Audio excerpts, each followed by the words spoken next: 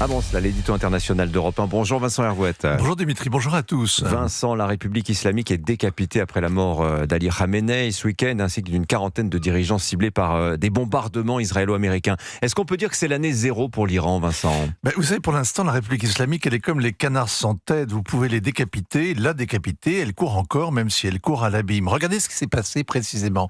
Samedi, il y a donc eu ce baltrap stupéfiant avec les coups au but portés par les Israéliens, qui sont un coup de maître du renseignement, comparable à ce qu'a fait le Mossad avec le Hezbollah libanais, dont plusieurs milliers de membres ont été blessés par leur beeper explosif, provoquant une réunion d'urgence de l'état-major dans un sous-sol où il a été piégé par un bombardement.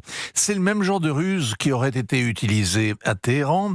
Les Américains ont fait croire qu'ils allaient intervenir le 15 janvier. Les ambassades ont été évacuées, les personnels militaires aux abris, les espaces aériens ont été fermés.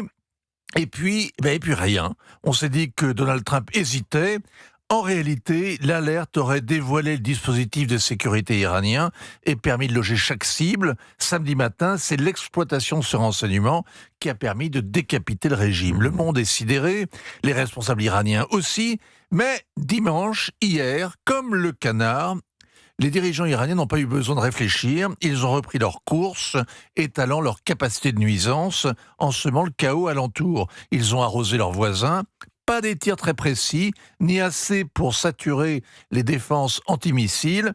Rien qui inquiète l'armada américaine, mais tant qu'ils tirent, ils continuent d'exister. Alors, ils ont fait quelques dégâts chez les voisins arabes. Ils ont aussi tué 3 soldats américains que Donald Trump promet de venger, Vincent. Ils bombardent les voisins arabes pour qu'ils supplient Washington de cesser le feu. Ils veulent paralyser toute la région et pas seulement le détroit d'Ormuz. C'est le meilleur argument qu'ils pouvaient donner à la propagande ennemie. Mieux ou pire, ils ont tiré sur Jérusalem, la ville 3 fois sainte, celle qu'ils prétendaient libérer. On comprend qu'ils veuillent se venger d'Israël, c'est leur idée fixe, la raison d'être de la République islamique, et dans les semaines à venir, les Israéliens vont donc retourner souvent aux abris. Mais jusqu'ici, quand la République islamique était attaquée, elle prenait son temps, elle calibrait sa riposte. Ses frappes dans le désordre, c'est comme une fuite en avant, la colère aveugle est celle d'une bête blessée. Et alors justement, son agonie peut-elle durer longtemps, Vincent ?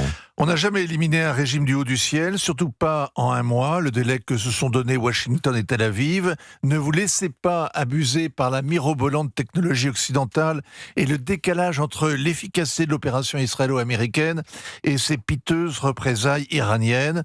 Il faut se souvenir que les bombardements de l'OTAN sur la Serbie ont duré 78 jours et qu'ils n'ont pas suffi à faire tomber Milosevic, ni liquider l'armée yougoslave.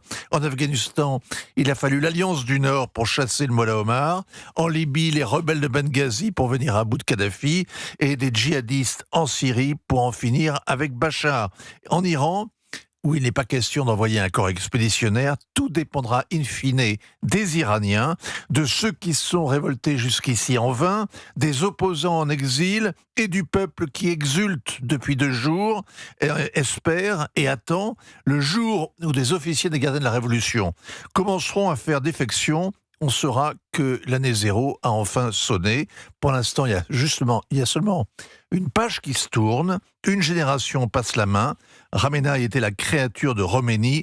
Tant qu'il régnait, la révolution continuait. Avec sa disparition, c'est Khomeini qu'on enterre une 2e fois. Signature Europe 1, ainsi va le monde, Vincent Hervouette. Merci beaucoup, Vincent.